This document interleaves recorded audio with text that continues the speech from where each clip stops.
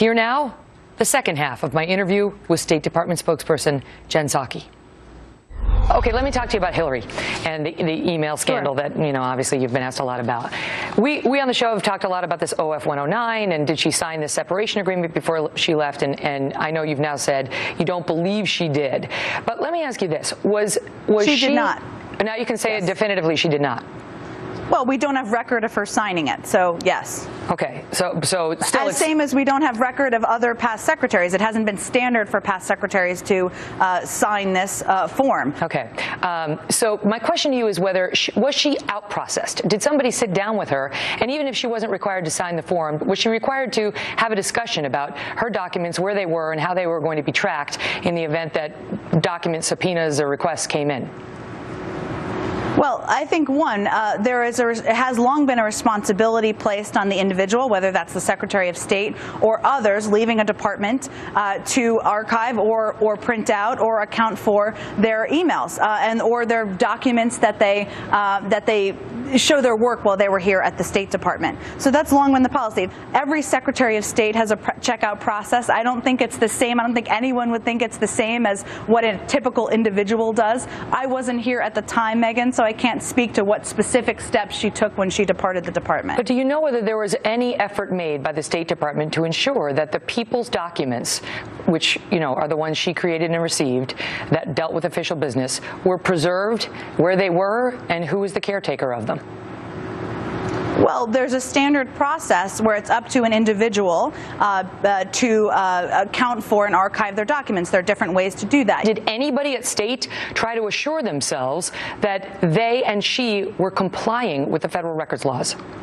Well, Megyn, I started here in February of 2013. I wasn't here when Secretary Clinton departed. It's important for people to understand why she wouldn't have signed the 109 form, because typically secretaries of state want to remain accessible, and future secretaries, it's their preference too, to their successors and to future presidents. So they need to maintain their security clearance, and they may also want to have access to files for future books or things along those lines. But there's a tradition of this. That is just not true, according to the State Department officials that we have spoken with on background, who say that you absolutely do not have to, you don't sacrifice your security clearance by certifying in this OF 109, your separation agreement, that you're giving back all the documents you generated as Secretary of State. Our documents, not Hillary's. I'm not even sure who you're referring to. I'm giving you the context of why a Secretary of State typically wouldn't sign this form. That's not and why true. In recent history most of them have not. It isn't true. Well, you can disagree with me, but I'm not sure you have proof of that. I'll tell you specifically that the State Department Records Management Manual,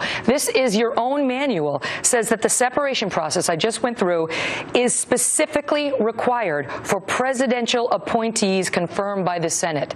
That means the Secretary of State. She was required to do this.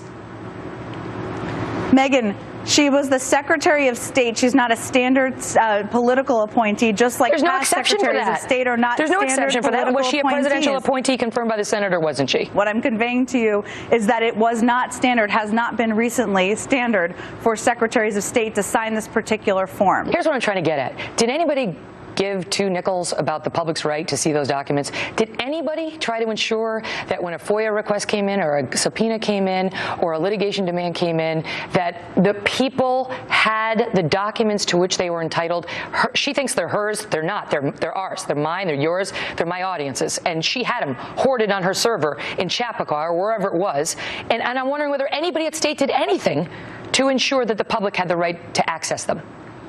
Well, first, the vast majority of her emails were with individuals with state.gov email addresses. Also, as you know, we took the additional step from here at the State Department to send a letter last fall to former secretaries in order to make sure we have an accounting for or records of these documents. Okay. Was State involved at all in setting up that server? I don't have any information on the server. I don't have any information to suggest that, but that was, I believe, about 6 years ago it must have been.